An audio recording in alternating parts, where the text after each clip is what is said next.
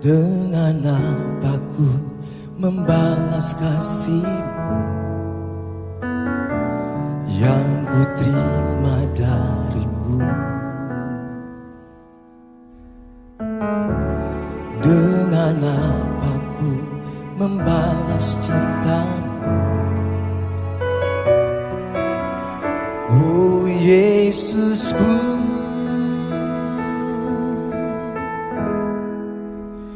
ku mau selalu bersyukur, selalu bersyukur. Kau Tuhan yang setia, yang selalu menopang. Ku mau selalu bersyukur, selalu bersyukur. Kau Bapa-Ku yang setia.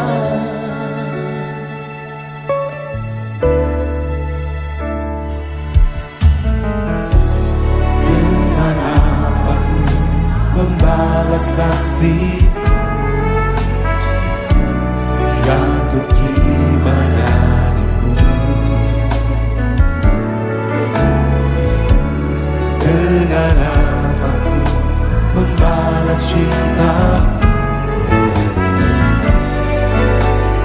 Oh Yesusku, ku mau selalu bersyukur, selalu bersyukur.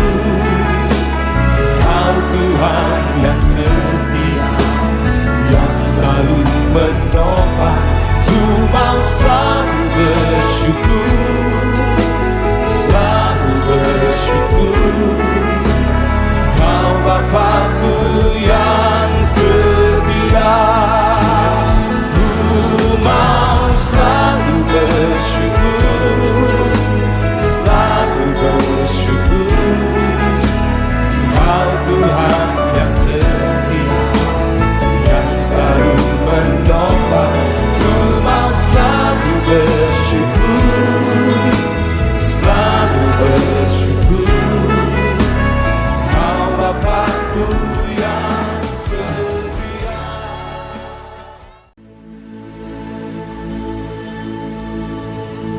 Sesaat lagi Anda akan memasuki waktu peribadatan. Untuk menghormati hadirat Tuhan, mohon silent atau menonaktifkan HP Anda selama ibadah berlangsung. Tuhan memberkati. Bersukacitalah. Filipi 4 ayat yang keempat. Bersukacitalah senantiasa dalam Tuhan. Sekali lagi kukatakan bersukacitalah. Bersukacita adalah perintah firman Tuhan. Bersukacita membawa hati pada keadaan yang penuh damai dan sejahtera. Bersukacita mengarahkan diri kita pada rasa syukur pada Tuhan. Rasa syukur atas kebaikan Tuhan, rasa syukur atas pertolongan Tuhan, rasa syukur atas pengampunan Tuhan, rasa syukur atas berkat-berkat Tuhan. Bersukacita membawa dampak bagi hidup kita. Bersukacita adalah obat bagi segala sakit, karena hati yang gembira adalah obat. Bersukacitalah senantiasa, karena itu yang dikehendaki Tuhan. Amin.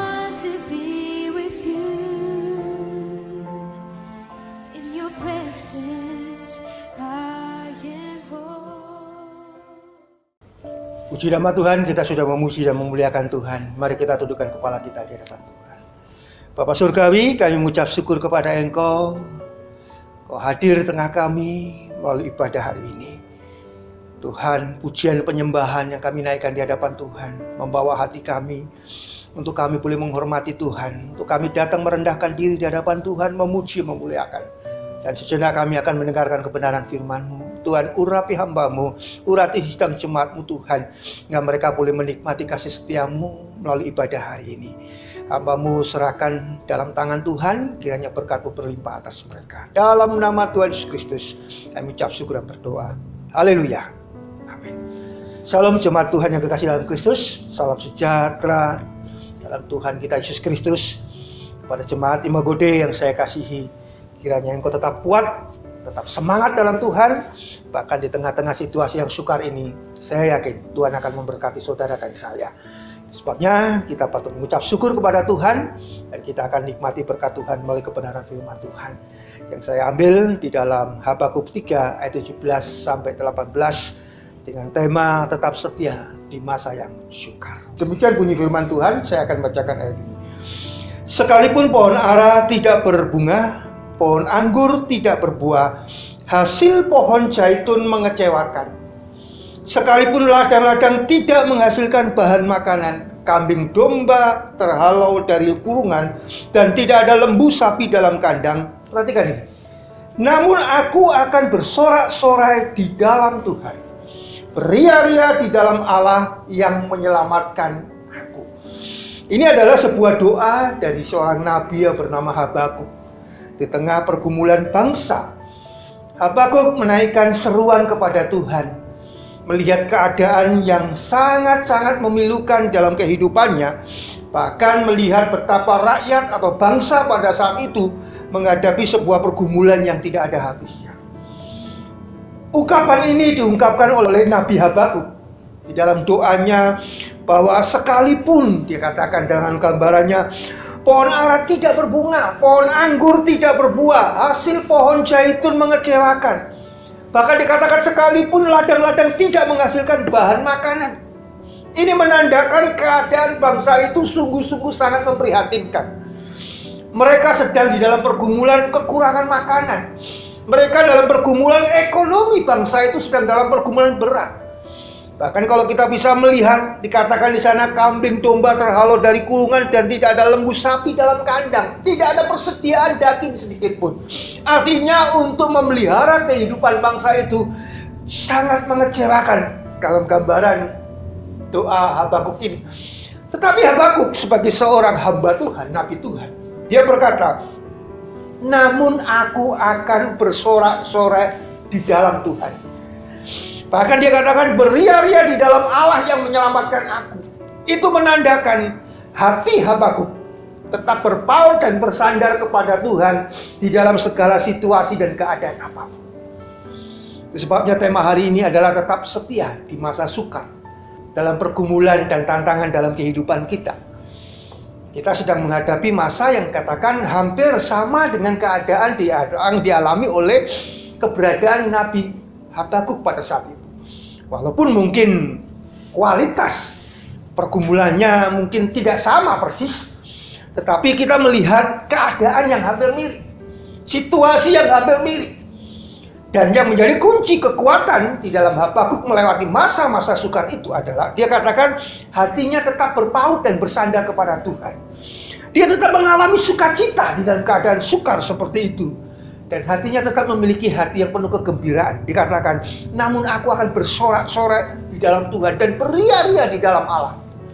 Jemaat yang dikasihi Tuhan, kita melihat keadaan ini saat ini. Kita banyak tantangan, kita banyak pergumulan, kurang lebih 1,5 tahun kita lewati.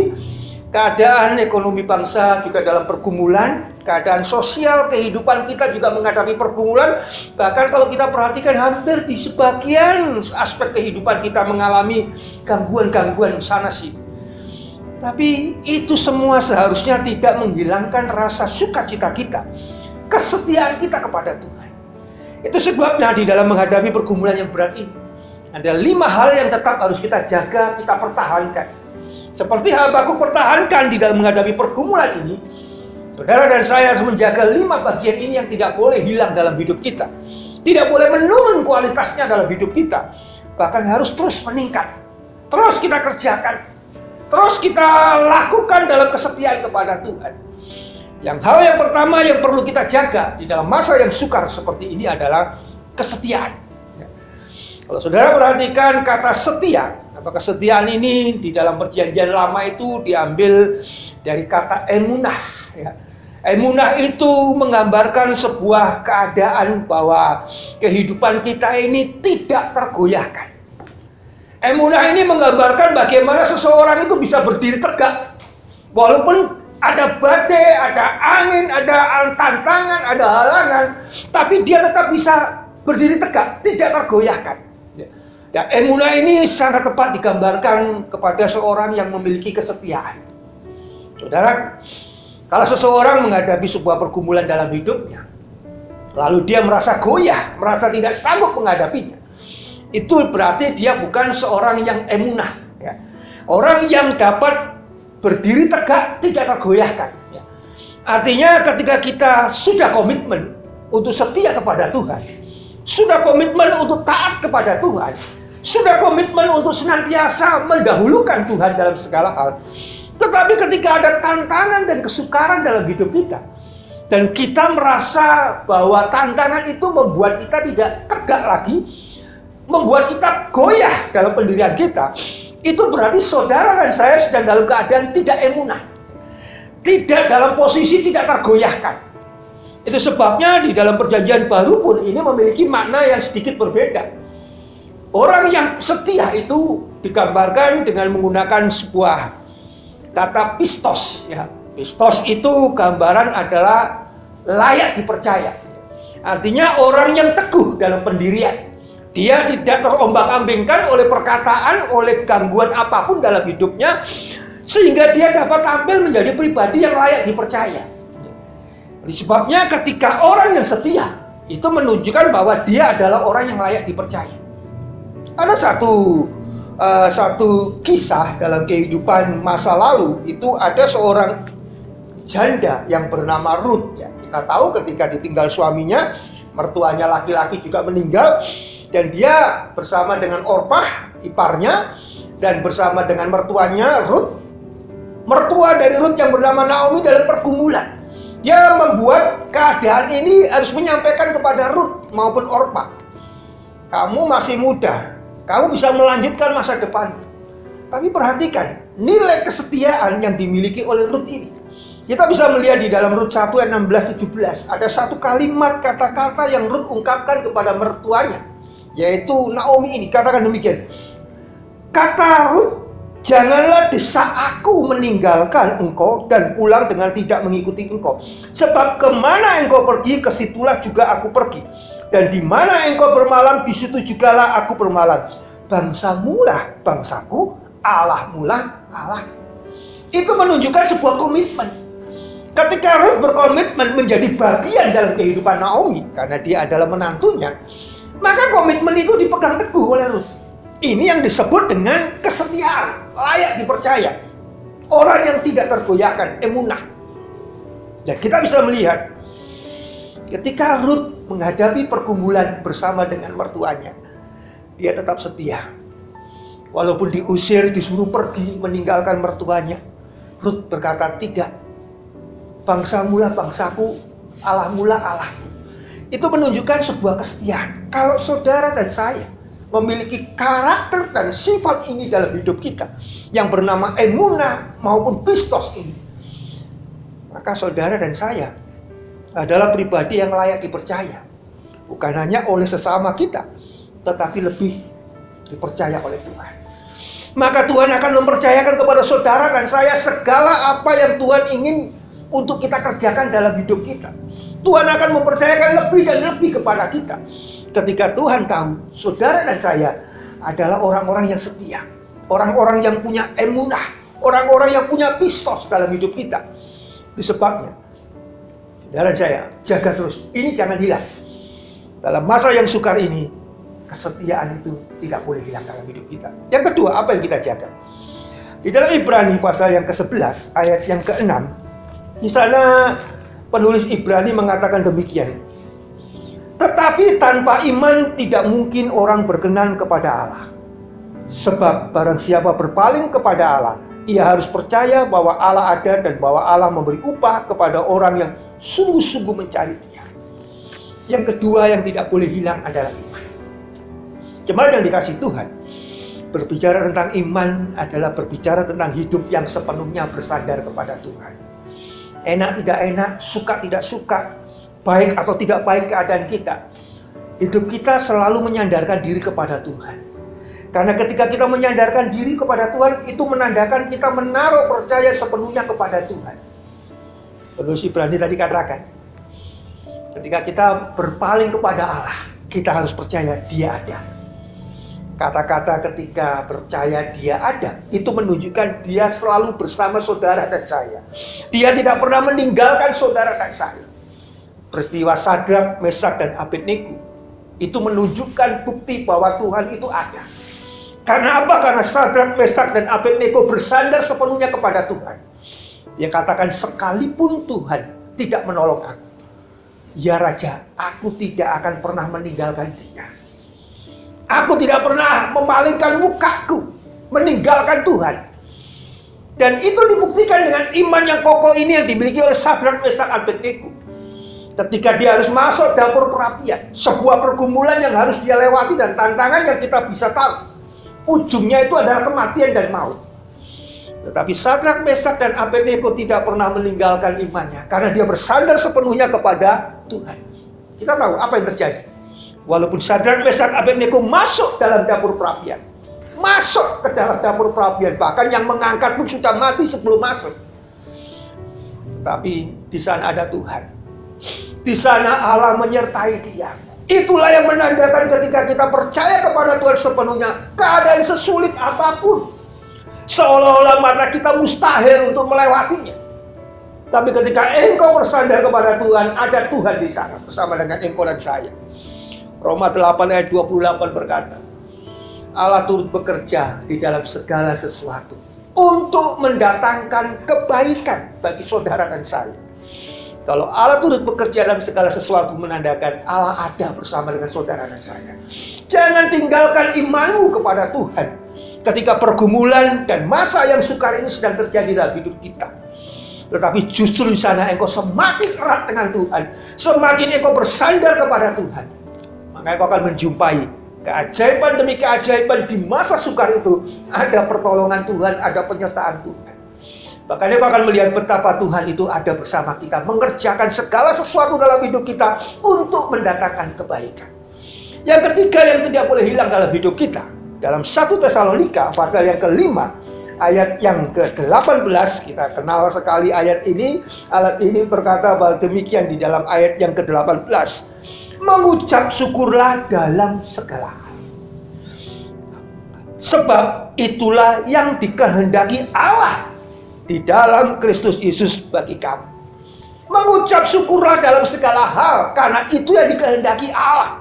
Allah yang kita tadi bersandar kepadanya, Allah yang kita imani, Allah yang di dalamnya kita setia kepadanya. Tuhan ajarkan kepada kita melalui surat Rasul Paulus ini, bersyukurlah dalam segala hal. Artinya dalam suka maupun dalam duka, dalam masa yang baik dalam hidup kita maupun dalam masa yang sukar dalam hidup kita. Alkitab mengajarkan firman Tuhan, tetap bersyukur kepada Tuhan. Mengapa? Karena bisa jadi pergumulan ini adalah cara Tuhan meningkatkan, menaikkan level kerohanian kita, meningkatkan level iman kita dalam hidup ini. Seperti bangsa Israel yang seharusnya 40-50 hari bisa sampai tujuan ke Kanaan dari Mesir, Tuhan buat kurang lebih 40 tahun dia harus jalan. Dalam Ulangan dicatatkan di sana, karena Tuhan ingin menguji mereka, supaya mereka punya hati kepada Tuhan, melekat kepada Tuhan. Bisa dari pergumulan yang kita hadapi bukan hanya untuk saudara dan saya, tapi semua bangsa mengalaminya. Tuhan sedang menguji kita semua umat manusia. Apakah kita bersandar pada Tuhan, setia pada Tuhan, atau justru kita mencari jalan keluar sendiri dalam hidup kita? Sebabnya Tuhan berkata kepada kita, mengucap syukurlah. Karena dengan mengucap syukur, engkau dapat merasakan Tuhan selalu bersama dengan kita. Kita akan melihat banyak hal, masa-masa kekurangan dalam hidup kita, kesulitan dahulu yang kita alami dan kita sudah lewati. Dan kita menang sampai hari ini. Kalaupun hari ini kita menghadapi hal yang sama lagi, Tuhan ajar kepada kita, mengucap syukurlah. Karena di balik mengucap syukur, berarti kita meyakini bahwa Tuhan sedang beserta dan menolong kita. Yang keempat adalah, tidak boleh hilang dalam diri kita, adalah bersukacitalah. Dalam 1 Tesalonika 5 ayat 16 katakan, bersukacitalah. Ketika kita diajar untuk bersukacita, artinya kegembiraan itu akan menutupi segala hal yang sulit dalam hidup kita. Bahkan penyakit pun dikatakan di sana dapat dikalahkan dengan kita bergembira, bersukacita. Seperti kata Habakuk kan, walaupun pohon ara tidak berbuah, keadaan makin sulit, tidak ada kambing domba, tidak ada daging, tidak ada makanan, Habakuk menaikkan doa kepada Tuhan, namun aku bersukacita, beria-ria di dalam Tuhan. Itu menunjukkan bahwa ketika saudara dan saya bersukacita, segala kesulitan itu dapat kita lewati dan lalui di dalam kebersamaan kita dengan Tuhan. Karena ada iman, ada kesetiaan. Tuhan tidak pernah meninggalkan kita. Tuhan tidak pernah melupakan kita dalam hidup ini. Di dalam Ibrani 13 ayat 5 dan 6. Sekali-kali Tuhan tidak pernah meninggalkan kita. Sekali-kali Tuhan tidak pernah melupakan kita dalam hidup ini. Itu menunjukkan penyertaan Tuhan itu selalu ada. Bagian yang terakhir yang tidak boleh kita hilangkan dalam hidup kita, yang tidak boleh kita lupakan dalam hidup kita di masa sukar ini, yang kelima adalah beribadahlah kepada Tuhan. Ibrani pasal yang ke-10, satu ayat yang sangat kita kenal di sana, berkata demikian di dalam Ibrani 10 ayat yang ke-25. Janganlah kita menjauhkan diri dari pertemuan-pertemuan ibadah kita, seperti dibiasakan oleh beberapa orang, tetapi marilah kita saling menasihati dan semakin giat melakukannya menjelang hari Tuhan yang mendekat. Saudaraku yang kekasih dalam Tuhan, ini adalah hari-hari terakhir.